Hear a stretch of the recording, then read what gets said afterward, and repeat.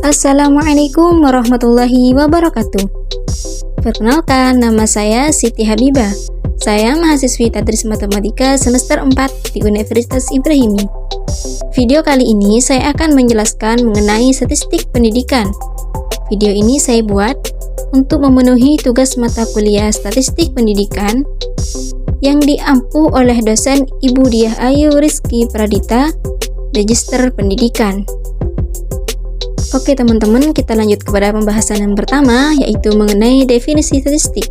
Statistik adalah ilmu yang mempelajari tentang seluk-beluk data, yaitu tentang pengumpulan, pengolahan, penganalisan, penafsiran, dan penarikan kesimpulan dari data, yang mana data tersebut berbentuk angka-angka.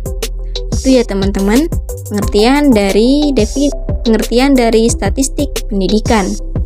Oke, kita lanjut kepada pengertian statistik menurut para ahli. Nah, menurut J. Supranto, dalam arti sempit, statistik adalah data ringkasan yang berbentuk angka atau kuantitatif. Sedangkan dalam arti luas, statistik adalah ilmu yang mempelajari cara pengumpulan, penyajian, dan analisis data, serta cara pengambilan kesimpulan secara umum berdasarkan hasil penelitian yang menyeluruh. Oke, kita lanjut kepada pengertian statistika pendidikan. Apa sih statistik pendidikan itu?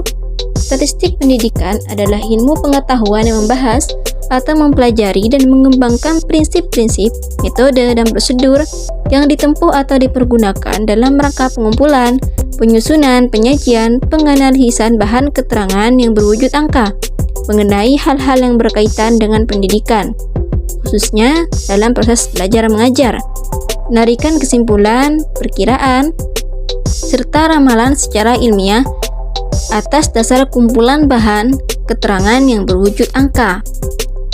Oke teman-teman, kita lanjut kepada pembagian statistik. Yang pertama, statistik berdasarkan cara pengolahan datanya. Yang pertama adalah statistik deskriptif, adalah bagian statistik yang mempelajari cara pengumpulan dan penyajian data sehingga mudah dipahami.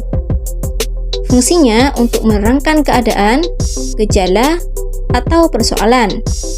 Itu adalah fungsi dari statistik deskriptif. Oke, kita lanjutkan kepada yang kedua, yaitu statistik inferensial. Adalah bagian dari statistik yang mempelajari mengenai penafsiran dan penarikan kesimpulan yang berlaku secara umum dari data yang tersedia.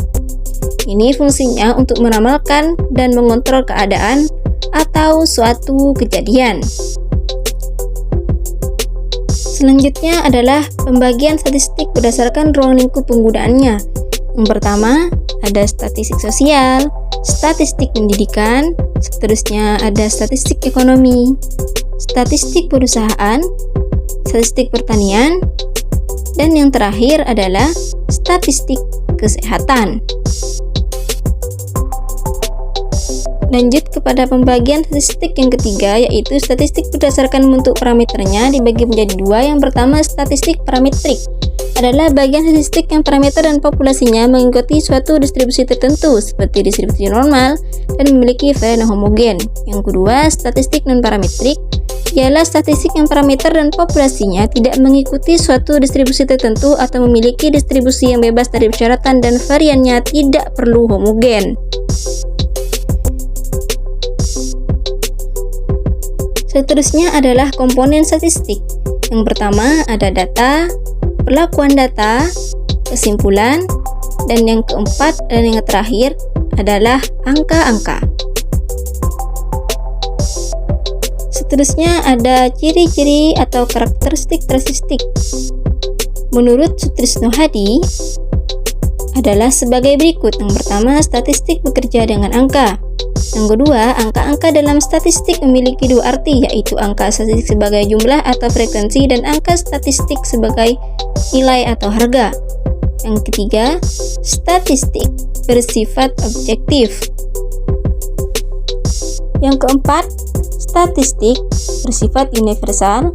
Dan yang terakhir, statistik tidak hanya digunakan dalam satu disiplin ilmu saja, tetapi dapat digunakan secara universal dalam berbagai disiplin ilmu.